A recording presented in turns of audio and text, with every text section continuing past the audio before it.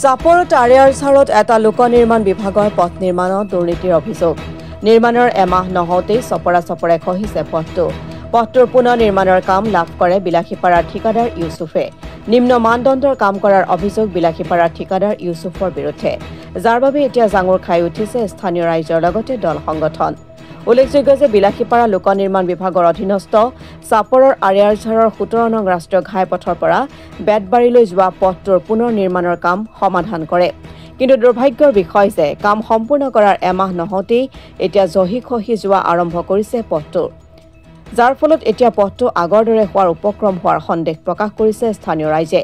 আনফালে জানিব পৰা মতে এইজন ঠিকাদাৰ ইউছুফে আৰু বহুকেইটা পথ নিৰ্মাণৰ ঠিকা লাভ কৰিছে আৰু ইতিমধ্যে কাম আৰম্ভ কৰিছে। ৰাইজৰ দাবী যে নিম্ন মানদণ্ডৰ কাম কৰা ঠিকাদাৰ ইউছুফৰ বিৰুদ্ধে বিভাগীয় কৰ্তৃপক্ষই তদন্ত কৰি বিহিত ব্যৱস্থা গ্ৰহণ কৰাৰ লগতে অনুজ্ঞাপত্ৰ বাতিল কৰিব লাগে।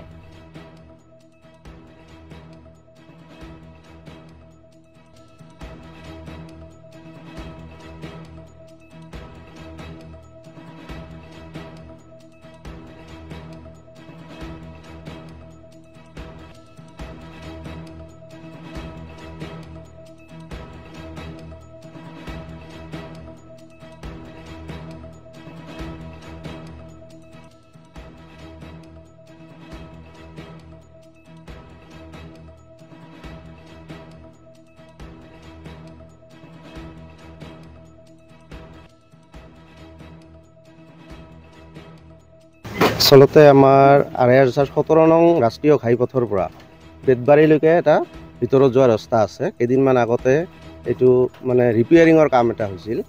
ৰিপেয়াৰিঙৰ কামটো হোৱাৰ পিছত আমি ভালে পালোঁ, যিহেতু ৰিপেয়াৰিং আগতে জৰাজীৰ্ণ পথ অৱস্থা আছিল, যিটো ৰিপেয়াৰিং হ'ল।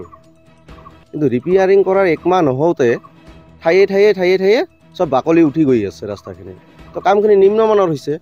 অসম চৰকাৰে কি ধুনীয়াকৈ টকা দি আছে ৰাস্তা ঘাটৰ কাম কৰাৰ কাৰণে, কিন্তু তাৰ সম্পূৰ্ণ বিপৰীত ছবি ঠিকাদাৰবিলাকে কৰি আছে।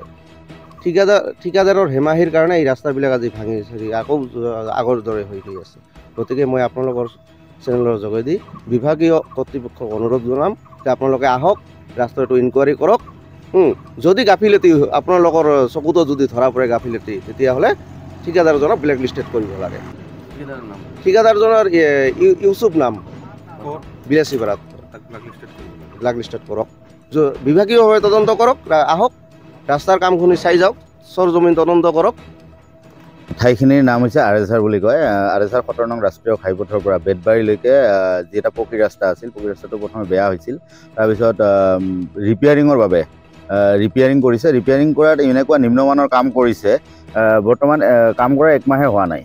একমাহ নহওঁতে এতিয়া বৰ্তমান চপৰে খহি আছে। লাহে লাহে পথটো একদম বেয়া হৈ গৈ আছে। আৰু এইটো কাম কৰিছে আমি জানামতে এজন ইউছুফ নামৰ ঠিকাদাৰ আছে। ইউছুফ নামৰ ঠিকাদাৰে কৰিছে। ইউছুফ নামৰ ঠিকাদাৰজনে খালি এইটোৱে নহয়, ভালেকেইটা পথৰ কাম সি কৰি আছে। এইটোতে যদি এনেকুৱা 2 নম্বৰী কাম কৰিছে, তেতিয়াহ'লে বাকী পথবিলাক যে কেনেকুৱা হ'ব সেইটো কিন্তু ৰাইজে অনুমান কৰিব পাব। আৰু চৰকাৰে যিহেতু যিখিনি কাম কৰিব লাগে, চৰকাৰে কিন্তু বহুত কাম কৰি আছে, টকা ধাৰ্য কৰে। কিন্তু কিছুমান ঠিকাদাৰ আছে, ঠিকাদাৰে অকল ধন লোভাৰ কাৰণেহে তেখেতসকলে কাম কৰে। তেখেতসকলে যি ৰাইজৰ সুবিধাৰ কাৰণে যি পথ নিৰ্মাণ কৰে বা পথৰ পুনৰ নিৰ্মাণ বা ৰিপেয়াৰিং কৰে, ৰিপেয়াৰিঙৰ নামত কিন্তু তেখেতে এটা আভুৱা ভৰা এটা কাম কৰি টকাখিনি অধিকাংশ টকাই উঠাই লয়। এইটো আছিল লোক নিৰ্মাণ বিভাগৰ আৰু বিলাসীপাৰা ডিভিজনৰ আণ্ডাৰত আছিল।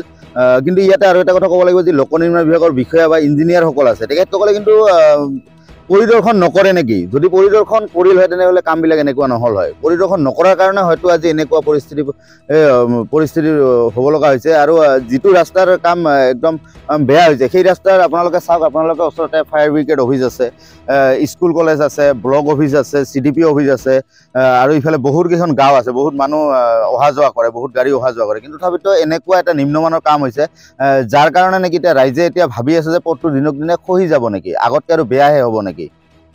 আমি চাপৰ আঞ্চলিক ছাত্ৰ সন্থাৰ পৰা এইটোৱে দাবী জনাইছোঁ, এই ৰাস্তাটোৰ উচিত তদন্ত হ'ব লাগে। এটা হয়, বহুত নিম্নমানৰ কাম হৈছে। কামটো হোৱা মোটামুটি আজি 20 দিন 25 দিনমান হৈছে। চপৰা চুবুৰীকে মানে খহি পৰি আছে। মানে ঠিকাদাৰজন আছিল বিলাসীপাৰাৰ ইউছুফ আলী প্ৰামাণিক। একদম নিম্নমানৰ কাম কৰিছে বহুত নিম্নমানৰ কাম হৈছে মানে কামটো আছে ৰিপেয়াৰিঙৰ কাম আছে এইটো আৰএছআৰৰ পৰা একদম বেদবাৰীলৈকে যোৱা ৰাস্তাটো একদম নিম্নমানৰ কাম হৈছে ইয়াৰ মানে উচিত তদন্ত হ'ব লাগে আমি চাপৰ আঞ্চলিক মানে ছাত্ৰ সন্থাৰ পৰা এইটো দাবী জনাইছোঁ ব্যুৰ' ৰিপৰ্ট অসম টুডে।